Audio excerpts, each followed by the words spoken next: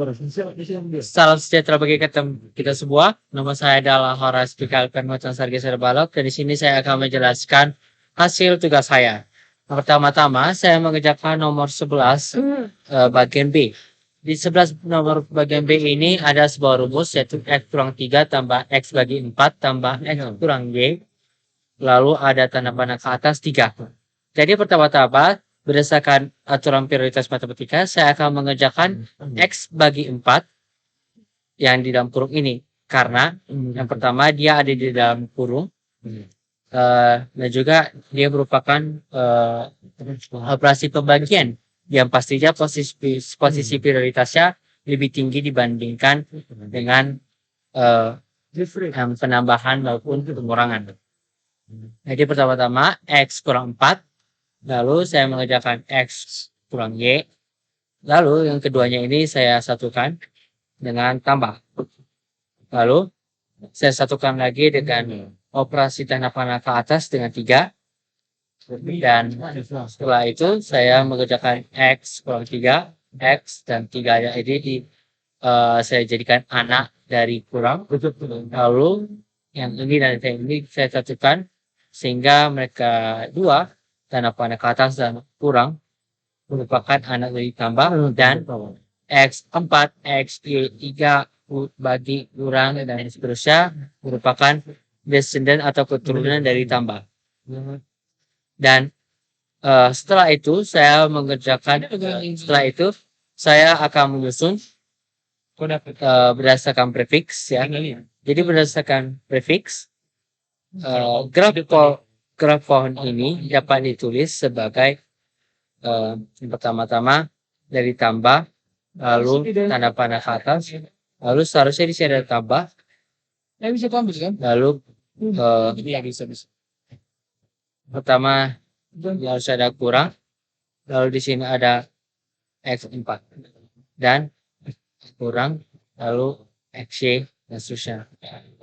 Jadi dari atas lalu saya selesaikan simpliksnya naik ke atas lalu dan seterusnya. Sedangkan postfix itu agak sedikit berbeda. Jadi di postfix saya selesaikan yang di bawah X4 lalu saya naik ke atas lagi. Setelah itu saya ke yang selanjutnya XY lalu kurang, lalu sini harusnya ada tambah. Nah, jadi di sini yang bagian A yang saya kerjakan terakhir, di sini saya menjelaskan metode-metodenya. Yang pertama itu ada pre-order. Jadi di pre-order ini dia dari atas, lalu setelah dari atas dan dari akar yang pada atas lalu terus ke bawah, dan apabila sudah ke bawah maka akan ke siblings yang lain. Apabila siblings itu memiliki anak atau keturunan maka dia akan ke bawah. Lalu in order ini berbeda dengan pre-order. Lalu jikalau dari in order ini dia dari bawah lalu ke induknya, lalu ke siblingsnya lagi, dan apabila siblingsnya mempunyai anak atau keturunan maka dia akan mulai dari bawah lalu ke induknya, lalu ke siblings dari D, lalu naik lagi ke atas ke puncak. Post order hampir mirip dengan in order ya, dari bawah juga. Namun post order ini kita harus menyelesaikan bagian anakan paling bawahnya. Jadi dari B lalu ke D lalu ke E, lalu setelah siap semuanya di bawah dia naik ke atas ke C ke A lalu ke alpha. Jadi di sini saya akan menentukan graf mana yang merupakan pohon. Jadi ketentuan yang saya gunakan untuk menentukan apakah graf itu merupakan pohon, yang pertama-tama apakah dia memiliki loop atau dia memiliki subgraf yang merupakan loop. Jadi dari yang saya pilih ini, saya sudah memastikan bahwa tidak ada loop di dalamnya. Nah, setelah itu yang nomor 2, yang di nomor 2 ini saya diberi graf, sebuah graf pohon, lalu saya ditanya gitu. Pertanyaan pertama, apakah manakah yang merupakan akar? Jadi vertex yang merupakan saya pilih vertex yang A, lalu yang ke B, ya. Jadi yang di B ini dia menanyakan simpul mana atau vertex mana yang merupakan vertex internal atau vertex dalam. Jadi saya memilih, jadi untuk bagian B ini saya memilih semua vertex ya yang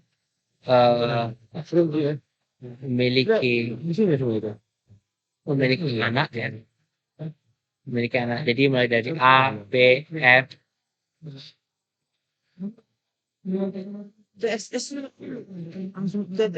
A, B, F, lalu C, A, lalu I, J, K, D, Q, T.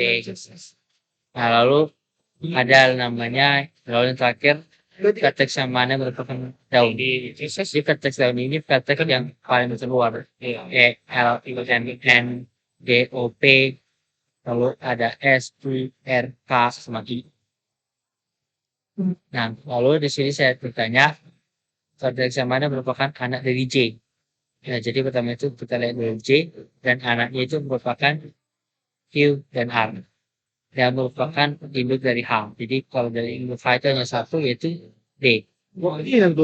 Lalu di bagian E1, vertex mana yang merupakan saudara dari O. Vertex saudara dari O ialah P. Dan vertex mana yang merupakan nenek moyang atau ancestor dari M. Jadi kalau dari M itu ada F, B, dan A. Dan yang mana merupakan keturunan dari B. Jadi keturunan dari B ini yang ada di bawah B. E, F, L, M, N. Ya. Lalu yang kedua, lalu yang ini, soal nomor 7, saya ditanyakan level-level apa saja yang ada di dalam vertex berikut. Jadi dalam vertex ini ada 5 level, ya. Yang paling atas itu A, itu ada level 1. Lalu yang ke bawah BD itu ada 1, ya. BED itu 1, lalu ada EF, GH, IJK itu 2, LMN, OP, QR itu 3, S, I 4, lalu ada U, ada 5, U itu yang terakhir, itu level 5.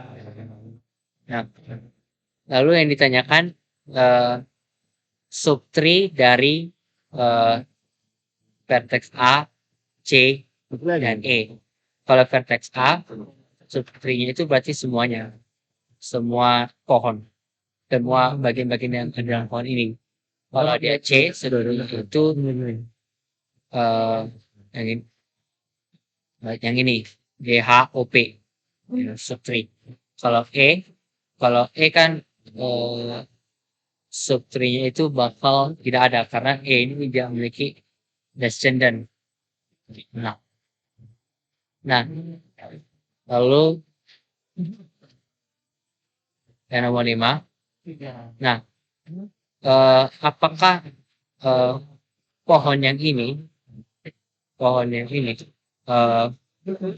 dapat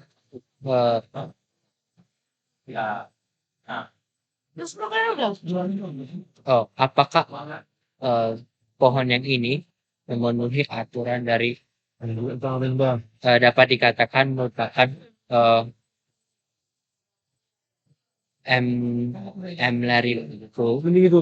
merupakan pohon M-Leri penuh, dan jawabannya ialah tidak, ya, karena yang pertama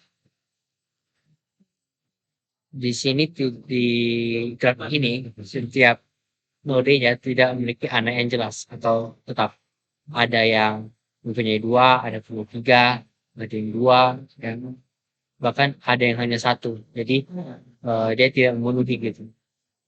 Apabila sebuah graf pohon itu ingin dikatakan dengan aturan numerik, maka dia harus memiliki maka setiap node yang ada di dalam graf itu harus memiliki tiga atau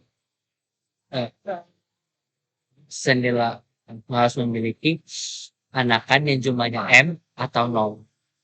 Nah, lalu yang terakhir di sini saya disuruh untuk membuat sebuah graf pohon ya yang mengikuti aturan dari alamat berikut. Jadi ini dari 0 ya 1 berarti 1. Pertama saya buat dulu 1 1 1. Lalu setelah itu dia diminta 1 2 berarti 1 dari 0 1 1 masuk ke 2. Nah, lalu diminta lagi 1 2 1 2. Setelah itu diminta lagi 2 1 1. Berarti di sini saya buat lagi yang baru 2. Lalu seperti biasa saya masuk ke 1 1 1 1.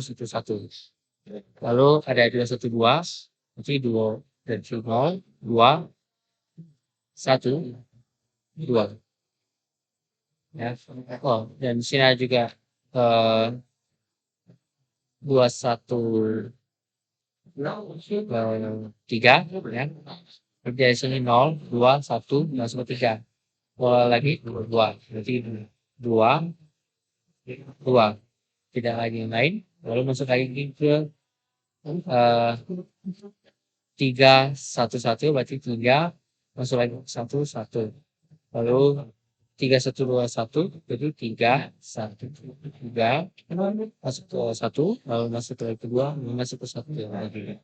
Lalu ada 3 1 2 2 mirip sebelumnya tapi ini 3 1 2 bikin lagi cabang baru 2. Lalu yang terakhir ada 3 2 berarti dari 0 3 langsung masuk ke cabangnya itu 3 2. Nah, lalu di sini saya disuruh untuk membuat urutannya berdasarkan peraturan pengurutan sesuai kamus. Jadi seperti hal soal sebelumnya, saya membuat yang paling kiri itu angka yang paling kecil, paling kanan itu yang besar. Jadi di sini ada 0, ya.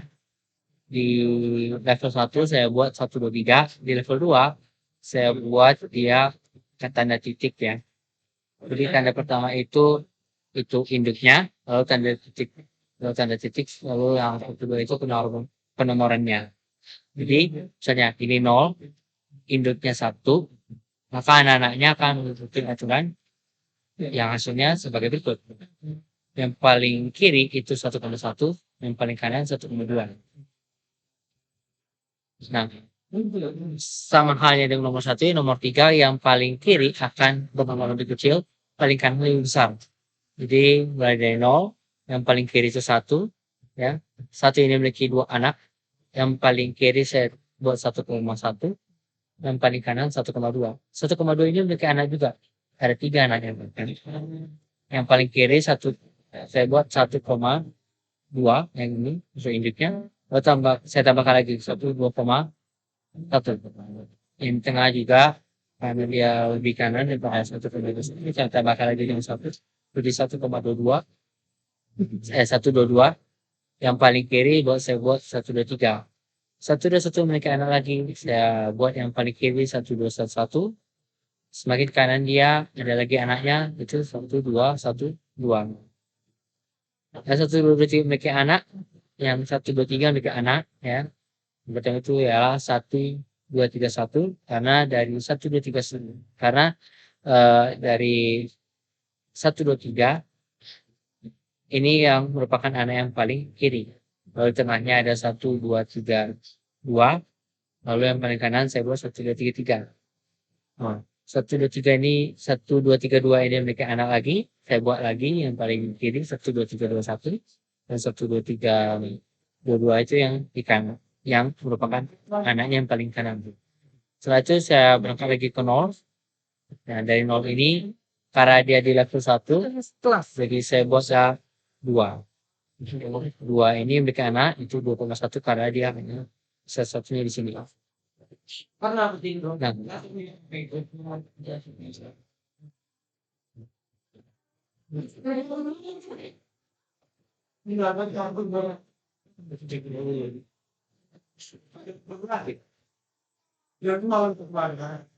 nah, lalu di sini ada sebuah pertanyaannya. Apabila suatu pohon memiliki vertex yang alamat terbesarnya yaitu 2,3,4,3,1, apakah itu mungkin untuk menentukan jumlah vertexnya? Dan jawabannya tidak, ya. Karena yang pertama, eh, dalam vertex itu tidak ditentukan apakah ia merupakan MTR atau tidak. Dan juga walaupun dia merupakan misteri, ya itu juga cukup susah karena